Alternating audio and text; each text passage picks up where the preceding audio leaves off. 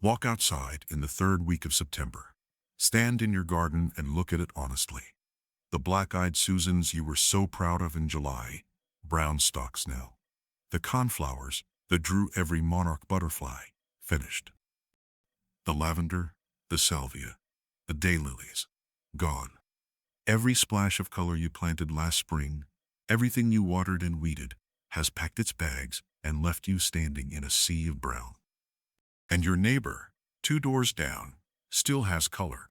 Deep pink blossoms floating on tall stems, electric blue flowers you cannot name from here. A blaze of copper and rust that looks almost deliberate, like someone painted it that way. What do they know that you don't? The answer is not a secret fertilizer. It is these 15 plants, specifically 15, that were biologically engineered by millions of years of evolution to do one extraordinary thing: to hold back everything they have while the rest of the garden exhausts itself in summer. These are the perennials that bloom after everything else dies. And by the time you finish watching this, you will know every single one of them, exactly where to put them, and the one mistake most gardeners make that robs them of 6 full weeks of color every single autumn. Stay with me, because plant number 8 is the one that is going to change how you think about the shady corner of your yard forever. Here is the problem with how most gardeners plan their season. They walk into the garden center in April, when every display table is covered in color, and they buy what is blooming right now. They buy the perennials that are just come into flower, the early salvias.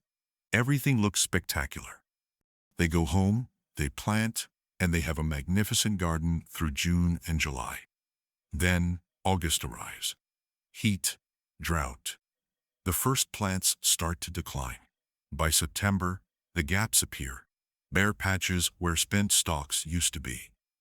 Brown edges on leaves that never quite recovered from the July heat. And the gardener stands there wondering what went wrong, when nothing went wrong at all. They simply bought for one season of the garden and left the other half of the year completely empty. Professional landscape designers know something the garden center does not want you to figure out. The plants worth real money, the plants worth planning around, are not the ones that look spectacular in April. They are the ones that perform in the dead autumn, when the rest of the landscape has surrendered and yours is still alive. Every plant in a nursery that is blooming in spring is fighting for your attention in a crowded room. The plants on this list wait until the room empties. These 15 perennials are sorted not by size, but by the order in which they become your most important garden allies as autumn deepens. We start with the plants that bridge late summer into fall.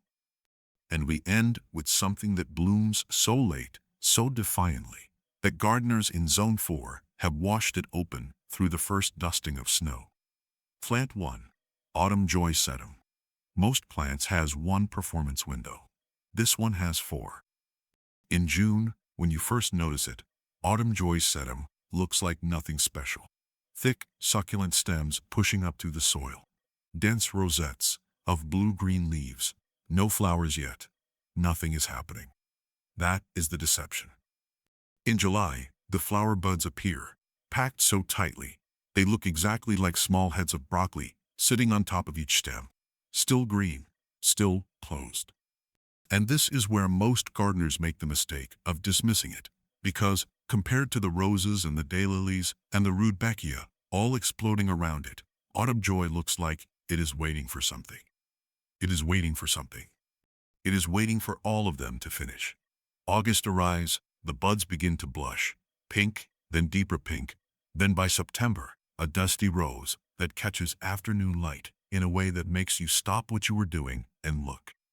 By October, the flower heads have deepened to a rich copper rust, the color of old iron. The stems are stiff and architectural. The seed heads hold their shape through November, through December, through January snowfall. Goldfinches land on them. The dried heads catch frost, and the frost makes them more beautiful, not less. Plant Autumn Joy, where it will receive full sun for at least 6 hours a day. It tolerates poor soil better than rich soil. This is the single most important fact about growing it. A sedum planted in heavily amended, fertilized soil grows tall and floppy, falling open at the center, spending all its energy on lush, green growth and very little on those copper flower heads. Plant it in lean, dry, neglected soil, and it stays compact, dense, and structurally perfect. Water it deeply once when you plant it. Then cut back to deep, infrequent watering every 2 to 3 weeks through summer once established. In fall, stop watering entirely. The plant is preparing for its best performance of the year. Let it. The mistake. Cutting it back in autumn. Every October, gardeners who don't know better remove those dried flower heads because they think the plant looks untidy. What they are removing is 6 months of winter interest, a bird feeding station that costs nothing to operate, and one of the most structurally elegant forms in the winter garden. Leave every seed head standing until late February. Cut back to 2 inches from the ground in early spring and watch 20 new shoots emerge within a week. Hardy in USDA zones 3 through 9. Drought tolerant once established. Deer resistant. Division every 3 to 4 years will give you 5 or 6 new plants from a single clump. At nursery prices of $12 to $15 each, one autumn joy plant eventually becomes $60 to $90 worth of free garden. Plant 2. Russian sage. There is one perennial that makes professional landscape designers reach for it every time they want a garden to look designed. Not planted, designed. Picture this. 7 o'clock on a late August evening. The sun is low. The air has that first, barely perceptible edge of coolness that means September is coming. You are sitting outside, and the light is hitting the back of your garden at a flat angle, the kind of light that makes everything glow. That is the moment Russian sage was made for. 3 to 5 feet tall, stems so silver white they seem to generate their own light. Hundreds of tiny lavender blue flowers covering every stem simultaneously, catching that low evening light and turning the whole plant into something that looks less like a garden specimen and more like a weather phenomenon. A column of lavender smoke, rising from the border, moving in the faintest breeze, refusing to hold still. It blooms from mid-July and does not stop until the first hard freeze. Most perennials give you 4 to 6 weeks of flowers. Russian sage gives you 4 to 5 months. Through the worst heat of August, through every drought, through the September frosts that terminate everything around it, it keeps blooming. Plant it in your worst soil. This is not an instruction gardeners expect.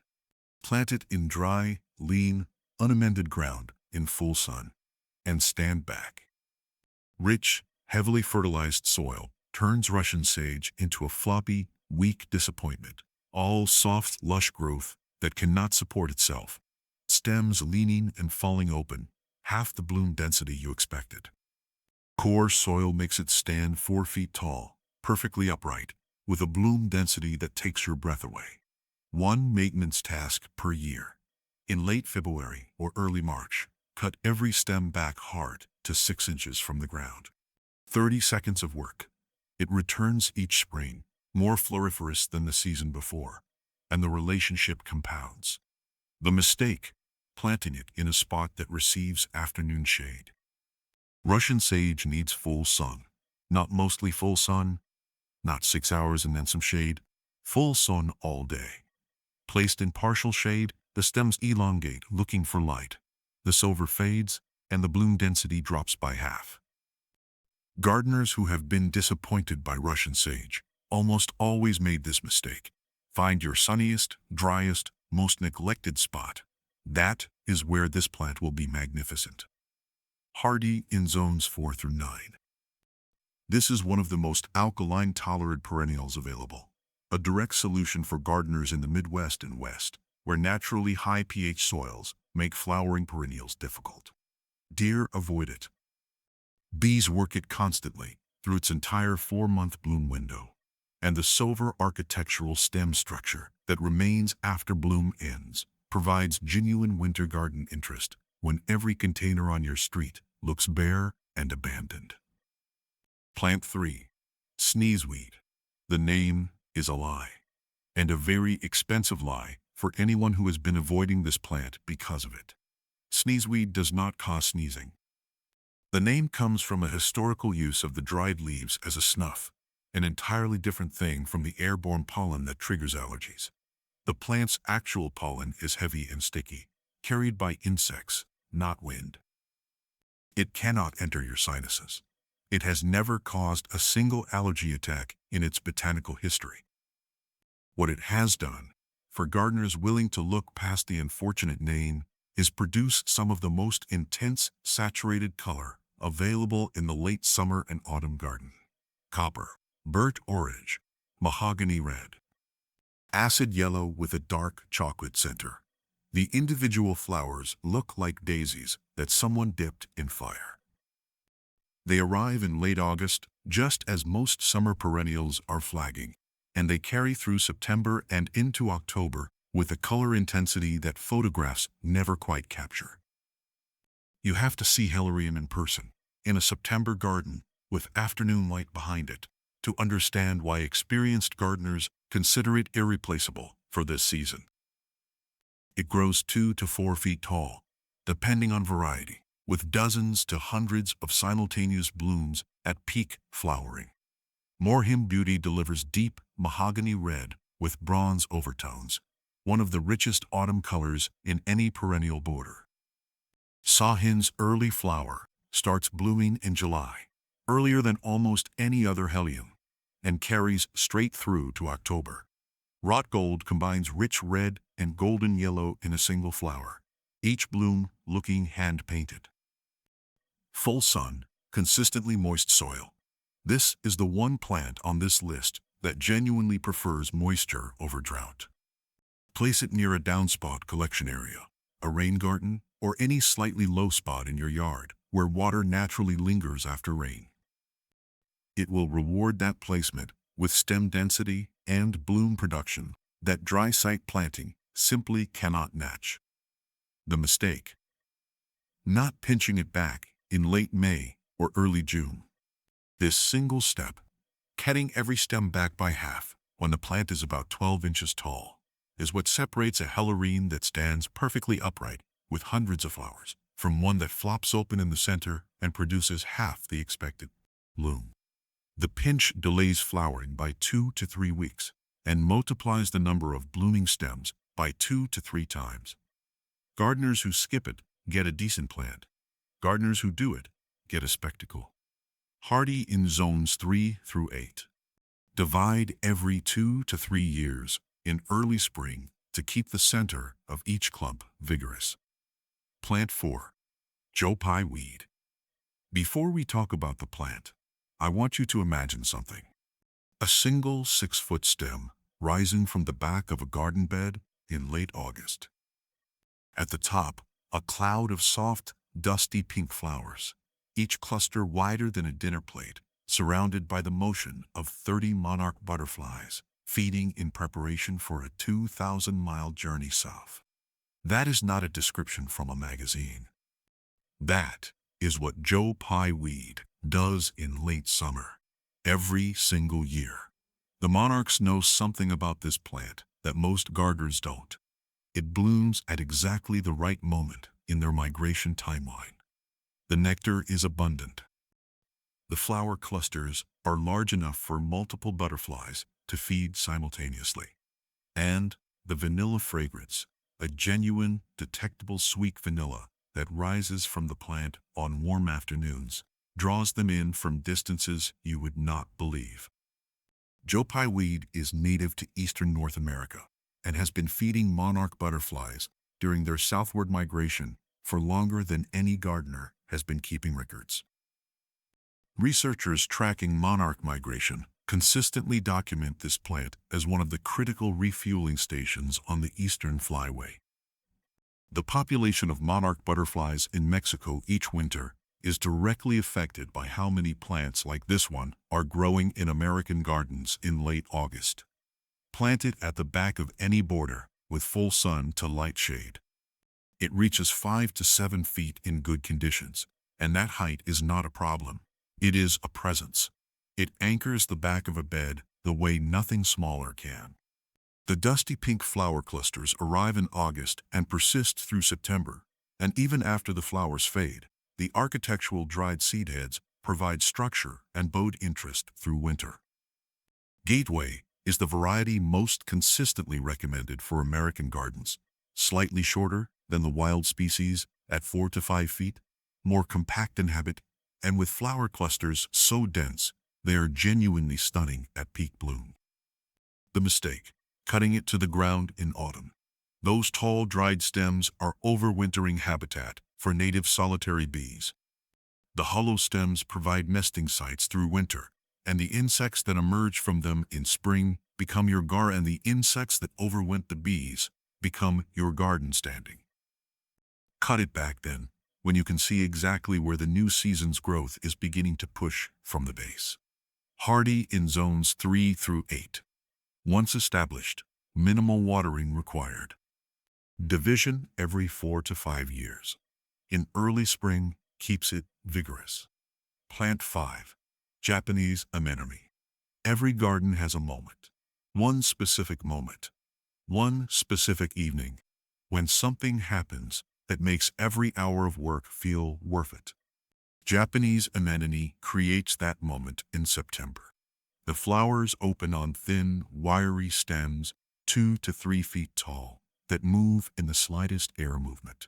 A constant, graceful nodding that gives them a quality no other perennial quite replicates. Each flower is wide, saucer-shaped, with a ring of silky petals in deep pink, soft pink, or pure white, surrounding a cluster of yellow stamens at the center. They look like they belong in a Japanese ink painting, which is not a coincidence. They begin blooming in late August in most American zones and carry through September and into October, sometimes past the first light frost. They arrive precisely when the garden needs them most, when summer's drama has exhausted itself, and something quieter, more elegant, is called for. Orange Aubert produces pure white flowers on stems that reach 3 feet tall. It is one of the most elegant plants in autumn gardening and has been in continuous cultivation since 1858. Pamina delivers rich, deep rose-pink double flowers that look almost too refined to be growing in a garden.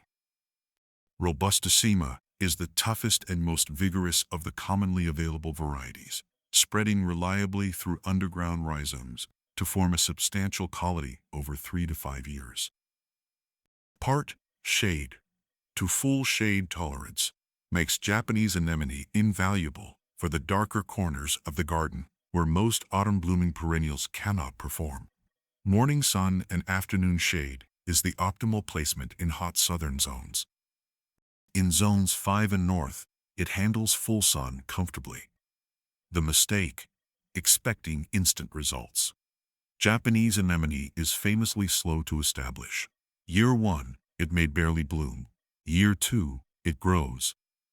Year 3, it flowers as described in every catalog and immediately justifies every moment of waiting. Gardeners who pull it out after one frustrating season miss one of the most reliable and beautiful autumn performers available.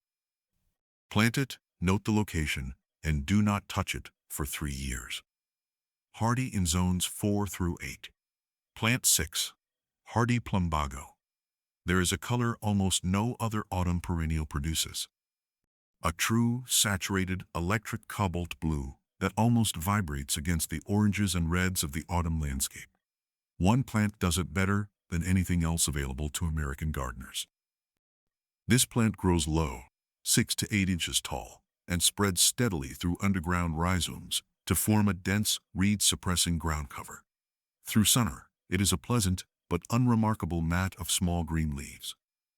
Then, in late August, the flowers appear. Cobalt blue. Not lavender, not purple blue, not approximately blue. Genuine, undiluted cobalt. The kind of blue that makes people stop and crouch down to look more closely because they are not entirely sure they are seeing what they think they are seeing. And then, the leaves turn. As autumn temperatures drop through September and October, the foliage of hardy plumbago transforms from green to a deep, burning mahogany red. Blue flowers against mahogany red leaves, against the goldy amber of October. This is not a combination that happens accidentally. It is a plant that understood autumn before any garden designer tried to plan for it. It thrives in full sun to partial shade, in well-draining soil, and is surprisingly drought-tolerant once established. Use it at the front of any border, as a ground cover beneath taller perennials, or cascading over the edge of a raised bed or retaining wall.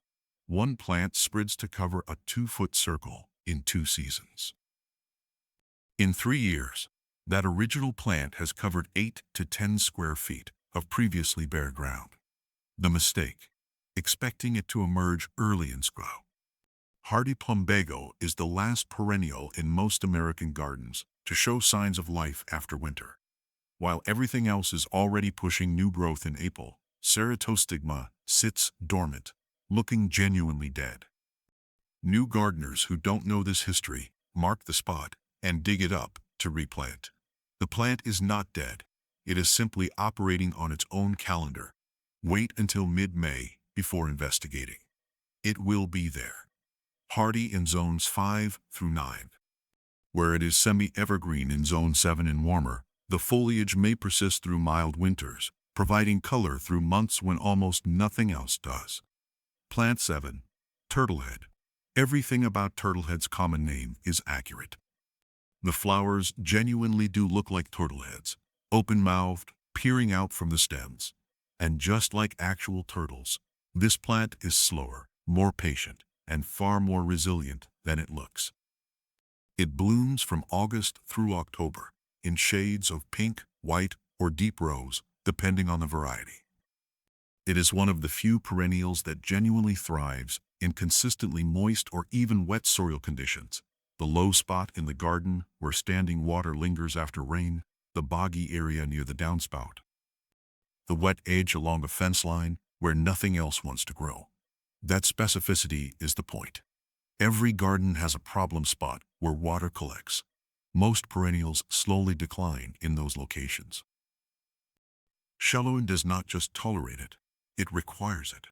Plant turtlehead in your wettest soil, in partial to full shade, and watch it perform with a consistency and vigor that dry site plants never achieve in that location. Hot Lips produces deep, rose-pink flowers with a darker burgundy lip. The turtlehead effect is most pronounced on this variety and most likely to stop visitors in their tracks.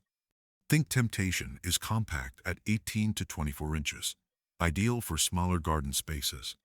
White turtlehead, Chelone glabra, is a North American native species with white flowers that looks exceptional against dark autumn foliage. The mistake: trying to grow it in dry soil because the flowers are attractive. Turtlehead, planted in average to dry garden conditions, will establish poorly, bloom weakly, and gradually decline. It is not a plant that tolerates the wrong conditions gracefully.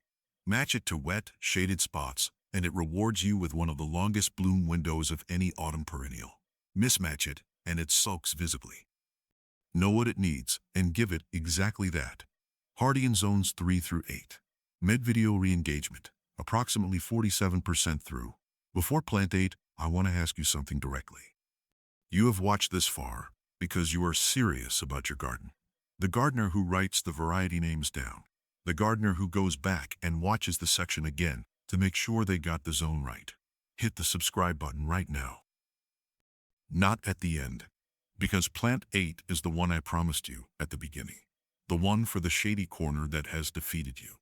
And everything after it builds on everything that comes before. Also, before we continue, drop a comment below. Tell me the single spot in your yard that has beaten every plant you have tried in it. What state are you in? What are the conditions? And what have you attempted? I read every comment, and the answers you give me there directly shape the next video I produce. Your garden problems are the content. Now, plant 8. PL8, toad lily. There are plants you grow for the yard. There are plants you grow for the garden. And then there are plants you grow for the person who stops dead on the path, leans in close, and says, quietly, like they cannot quite believe it, "What is that?" Toad lily is that plant. In September and October, in the deepest shade your garden can produce, Tricertus opens flowers that look as though they belong in an orchid greenhouse, not in a perennial border. Each individual bloom is less than an inch across, but the patterning, white or pale lilac petals covered in precise purple-spotted freckles, with a central column that mimics the structure of a tropical orchid, creates a cumulative effect along each arching stem that stops every person who passes it and forces them to look more carefully. No other perennial blooms in September in full shade and looks like this. Not one. The flowers appear in September and October when virtually every other shade plant has finished for the year. Tricertus hirta Miyazaki is the classic variety, white flowers heavily spotted with lilac purple on gracefully arching 2-foot stems. Sinonon produces lavender pink flowers with a cleaner, less spotted appearance. Autumn Glow is one of the latest blooming varieties, sometimes carrying flowers into November in sheltered Zone 6 gardens. It grows 12 to 30 inches tall, depending on variety, in consistently moist, humus-rich soil, in part to full shade. Think of it as the plant for the area under a mature tree, where surface roots compete for every drop of moisture. The spot where hostas and ferns grow, but where you want something that delivers autumn color when those other plants look finished. The mistake: planting it in soil that dries out. Toad lily's one non-negotiable requirement is consistent moisture. In dry shade, it declines rapidly, producing fewer flowers each season until it disappears entirely. Amend the soil with 2 to 3 inches of compost at planting, mulch heavily to retain moisture, and water during dry stretches. These are small efforts for a plant that does something no other shade perennial can match. Hardy in zones 4 through 9. In zones 4 and 5, a protective mulch layer applied in November extends winter survival through the coldest periods. Plant 9, Sweet Autumn Clematis. In late August, there is a fence, a trellis, an arbor, or a dead tree in your garden that could be doing something extraordinary. Most gardeners look at that vertical space and see a structure. Sweet Autumn Clematis looks at it and sees an opportunity. This vigorous climbing vine waits through June and July, building woody stems and a dense mass of foliage that covers whatever support it grows against. Then, in late August and September, it does what it has been preparing for all season. It erupts. Thousands of small, star-shaped white flowers, each no more than an inch across, but produced in such abundance that the vine disappears beneath them. Our mature, sweet autumn clematis in full bloom looks less like a plant and more like a snowstorm that has decided to stay. The fragrance is powerful and sweet, a vanilla almond scent that carries 30 feet from the plant on warm September evenings and fills outdoor seating areas with something no candle or diffuser can replicate authentically. After the flowers fade, silky, feathery seed heads replace them and persist through November and December, silver white and catching morning frost in a way that is genuinely beautiful. This plant is vigorous. Vigorous is the gardening word that actually means will cover everything in its path if not managed, and with sweet autumn clematis that needs to be said plainly. It self-seeds. In some regions it is considered invasive. Deadhead the spent flowers before the seed heads form if you want to control its spread. Grow it on a fence you want covered, an arbor that needs a presence, a pergola that needs transformation, somewhere its enthusiasm works in your favor. The mistake: giving it a support structure that is too small. A mature sweet autumn clematis needs something substantial: a sturdy trellis, a solid fence section, a large arbor. Planted next to a thin decorative stake or a lightweight garden obelisk, it will overwhelm the structure within a season, and the combined weight of the vine and its flowers can bring the support down entirely. Provide something architectural, and it performs magnificently. Hardy in zones 4 through 9. Full sun produces maximum bloom density. Plant 10. Goldenrod. Millions of Americans have been wrongly avoiding one of the most spectacular native perennials in North America, because of a case of mistaken botanical identity that has now lasted over a century. Goldenrod does not cause hay fever. Ragweed causes hay fever. Ragweed blooms at exactly the same time as goldenrod, produces lightweight airborne pollen that travels through the air and into human sinuses, and is the actual biological culprit behind autumn allergy season across North America. Goldenrod's pollen is heavy and sticky, carried exclusively by bees and butterflies from flower to flower. It is physically incapable of becoming airborne. It cannot enter your sinuses. It has never caused a single allergy attack in its evolutionary history. It simply bloomed nearby every September, while ragweed did the damage and goldenrod took the blame. This is one of the greatest cases of mistaken botanical identity in American gardening history, and it has kept one of the most valuable late-season native perennials out of home gardens for 4 generations. Solidago rugosa fireworks is the variety that earns the name. The flower stems arch outward and downward in long, graceful sprays, covered in tiny golden yellow flowers that radiate in every direction simultaneously, exactly like fireworks frozen mid-explosion. Nothing else in the autumn garden has quite this silhouette. It is dramatic, distinctive, and unmistakable from across the yard. It blooms in September and October, when most summer perennials have already finished, filling the late-season garden with bold golden color precisely when it is most needed. It supports over 100 species of native bees, butterflies, and beneficial insects. Growing it in your yard is one of the most direct contributions a home gardener can make to local insect biodiversity. It spreads through underground rhizomes. In a formal border, divide every 3 years in early spring to keep it contained. In naturalized areas, give it room to run and watch what happens. The mistake: confusing it with ragweed and refusing to plant it. If you have been avoiding goldenrod because of allergies, you have been avoiding the wrong plant entirely. Plant it.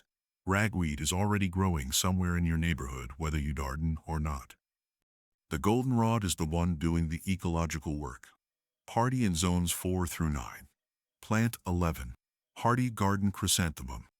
There are 2 kinds of chrysanthemums sold in America every autumn. One of them is a true hardy garden perennial that will live in your garden for 15 years, spreading and multiplying, returning every September with more stems and more flowers than the year before. The other is a disposable decoration that will be dead by November, regardless of what you do.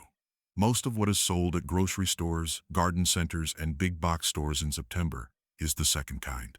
The florist mums, the football mums, the hundreds of anonymous pot mums stacked outside every pharmacy and hardware store from Labor Day through Thanksgiving. These are greenhouse-forced plants bred for maximum visual impact in a short window.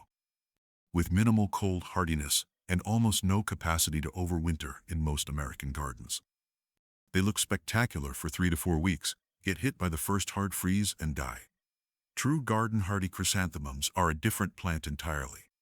They go into the ground in spring, establish roots through summer, and bloom in September and October with the full strength of a plant that has been quietly building energy for 6 months. They can survive the first several frosts, not just light frosts, but the freezing nights that happen in October across zones 5 and 6, and continue blooming through all fall. In many gardens they begin reblooming in spring, before switching to their main autumn performance. Look specifically for varieties sold as hardy mums from reputable perennial nurseries, or name varieties like Cambodian Queen, Sheffield Pink, or Dendranthema varieties. These are the ones that will actually come back next year. The mistake: buying pot mums in September and expecting them to come back. If you want hardy garden chrysanthemums that persist for years, buy them from a reputable nursery in spring. Plant them in a sunny, well-draining location. Pinch them back twice through June and early July to promote bushy growth. And let them do the work. What you put in the ground as an unremarkable green plant in May becomes your garden's most reliable autumn anchor by September. Hardy in zones 5 through 9 for true hardy varieties. Plant 12. Budbane, Cohosh. The garden has drama in summer. What it almost never has in autumn and shade is architecture. Something tall and structural and genuinely striking that performs in the darker corners where most late-season plants simply won't grow. This is that plant. Actaea simplex, formerly classified as Simicifuga, grows 3 to 5 feet tall, in part to full shade, and does two extraordinary things in the same season. Through summer, the foliage is the feature. Deeply cut, compound leaves, in shades ranging from rich burgundy black and dark varieties like brunette and black negligee, to the clearer lime green of the species. This dark foliage functions as a living color amplifier, making every lighter colored plant placed near it look more saturated, more vivid, more intentional. Then, in September and October, tall, bottle-brush flower spikes emerge. 4 to 6 inches long, densely packed with small white flowers, rising above the foliage on slender stems. The fragrance is heavy and sweet, a warm, slightly spicy scent that carries on cool autumn air in a way that makes you stop and search for the source before you locate it. Brunette produces near-black foliage all summer and white flower spikes in September, a color combination so dramatic it looks designed. Pink spike delivers soft pink flowers above dark foliage, more romantic, less dramatic, equally striking. Hillside Black Beauty has the darkest foliage of any commonly available variety and the most intense autumn fragrance. Moist, humid needs careless power to appreciate the final plant. In dry shade, it declines. In moist, shaded conditions, it performs at a level that will make you wonder why every gardening guide doesn't mention it in the same breath as hostas and ferns. The mistake: placing it where afternoon sun reaches it. Actaea is a shade woodwind plant of evolutionary origin. Direct afternoon sun bleaches the dark foliage, stresses the plant through summer, and results in fewer, smaller flower spikes in autumn. Morning sun is acceptable and can actually enhance the color intensity of the dark-leaved varieties. Afternoon sun is damaging. Find the shaded spots. Hardy in zones 3 through 8. Plant 13. Ironweed vernonia. There is a color that almost no other native perennial produces in late September. Most of the autumn garden runs on a palette of gold, copper, rust, orange, and amber, the natural colors of the dying season. Against all of that, one plant arrives in September, producing something that looks almost electrically wrong for the time of year. A purple, so vivid and saturated it seems to argue with autumn. Vernonia, ironweed, reaches 4 to 6 feet tall in full sun and produces dense, flat-top clusters of the most intense, jewel-toned purple flowers in any native perennial border. The color is not lavender, not lilac, not approximately purple. It is the genuine article, a rich, deep purple that photographs like a bruise and looks in the actual garden like a color that does not belong in September. It belongs. The monarch butterflies and migrating bees that descend on it in September know that already. This is a tall plant for the back of any sunny border, and its height, which can reach 6 feet in good soil, is not a problem to be managed. It is a presence to be placed deliberately. Behind goldenrod, it provides color contrast that is almost theatrical. In front of ornamental grasses, it gives the border a vertical focal point that carries all the way to October. Iron butterfly is a more compact cultivar at 3 to 4 feet, better suited to smaller garden spaces and less likely to require staking. The straight species Vernonia fasciculata is native to prairies and meadows across the Midwest and performs magnificently in naturalized plantings where its full height is appropriate. The mistake: planting it in rich, moist soil, expecting bigger blooms. Ironweed in fertile, heavily amended soil produces enormous, floppy plants that require staking and produce disappointing bloom density. It is a plant that evolved in lean prairie soil, and it performs best when you replicate those conditions. Average to poor, well-draining ground in full sun without any additional fertilizer. Give it the conditions it comes from, and it stands without staking and flowers prolifically through September and October. Hardy in zones 4 through 9. Plant 14. Sweet coneflower. You know black-eyed Susans. You have grown them. You appreciate them. And if you are honest, you know they sometimes start looking tired by the end of August, just when you need them most. There is a cousin that doesn't get tired. Rudbeckia subtomentosa, the sweet coneflower, is native to the same American prairies that gave us the standard Rudbeckia, but it blooms later, stronger, and longer. The flowers are golden yellow, with a dark chocolate center, almost identical in appearance to the black-eyed Susan. But they arrive in August and keep producing new flowers through September and into October, sometimes pushing through the first light frosts of the season. The species name subtomentosa refers to the soft, slightly fuzzy texture of the leaves and stems, a characteristic that makes it more drought-resistant than most of its relatives. Break a leaf or brush against the foliage, and you will understand the other name, sweet coneflower. There is a faint, clean anise scent released from the plant tissue. Not overwhelming, not perfume store strong, but genuinely pleasant and detectable enough that gardeners who know it look forward to the brushing against it moment every August. It grows 3 to 5 feet tall, in full sun, in average to poor well-draining soil. It does not require division as frequently as black-eyed Susans. Clumps perform well for 4 to 5 years before productivity declines. The mistake: deadheading every flower through autumn. The seed heads of Rudbeckia submontosa are among the most reliably used bird food sources in the late-season garden. Goldfinches, housefinches, and chickadees work those seed heads from October through February. Leave a significant portion standing. The plants that look tidiest in November are feeding the fewest birds. Hardy in zones 4 through 8. Plant 15. Ice plant.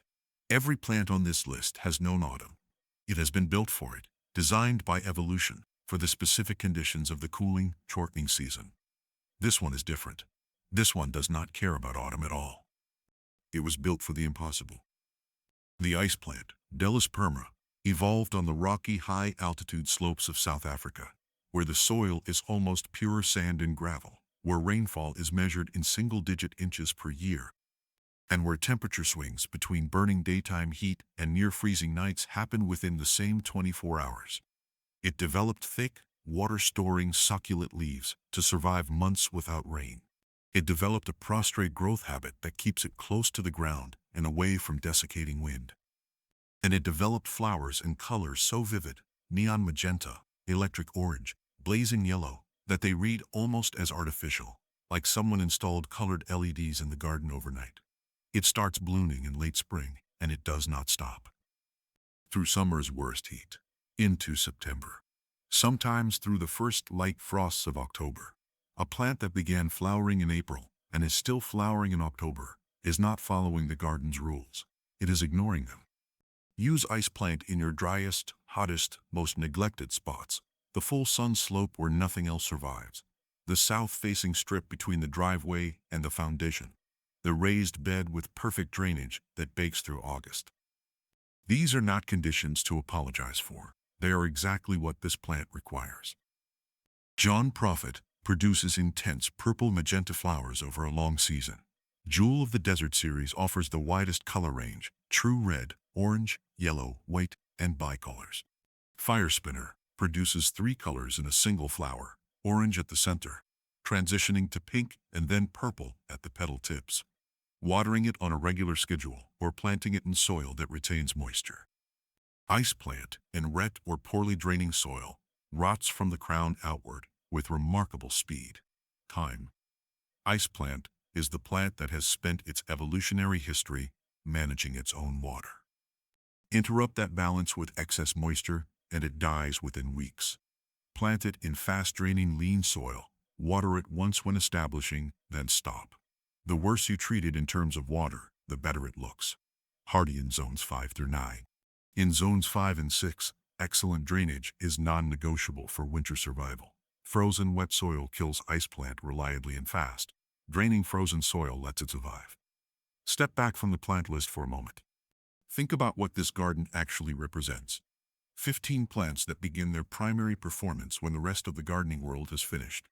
15 perennials that bloom through September, through October, some of them through November. Colors, textures, and fragrances that arrive precisely when the landscape is emptying out everywhere else around them. That is not just aesthetics, that is a philosophy. The gardener who plants these 15 plants is making a specific, deliberate choice to extend the season, to refuse the narrative that the garden has an ending. The butterflies migrating south stop in your garden because the flowers are still open. The birds that would otherwise be searching bare stalks for food find full, standing seed heads. The bees still working in late October find nectar when nothing else is offway. Your garden becomes, in the months when most gardens abandon that function entirely, an ecological resource. And when you are standing in it on an October afternoon, with the light coming in low and gold, and the Japanese anemone is still nodding, and the goldenrod is still blazing, and the toad lily is still opening its strange, orchid-patterned flowers in the shade, you will understand something about this season that most gardeners never get the opportunity to learn. October is not the end of the garden. It is the beginning of a different garden. One that rewards patience. One that rewards planning. One that rewards the gardener who was willing in April to think about September. That is you, now. You have the list, you have the names, you have the zones, and the soil requirements, and the mistakes to avoid. Go plant something permanent. If you watch this entire video, you already know more about late-season perennial gardening than most people who have been at this for years.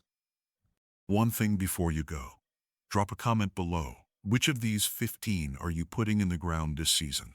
And what zone are you gardening in? I want to build a real picture of where this community is growing. And the answers you give me directly shape the next video. If this video saved you even one season of looking at a bare September garden, share it with one gardener who needs it. They do not need to be told to watch it. Just send them the link. Subscribe if you have not already. Hit the bell.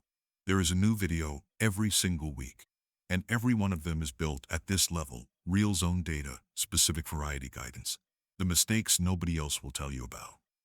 Now go find the spot in your yard that September has been ignoring. There are 15 plants on this list that are ready to change that.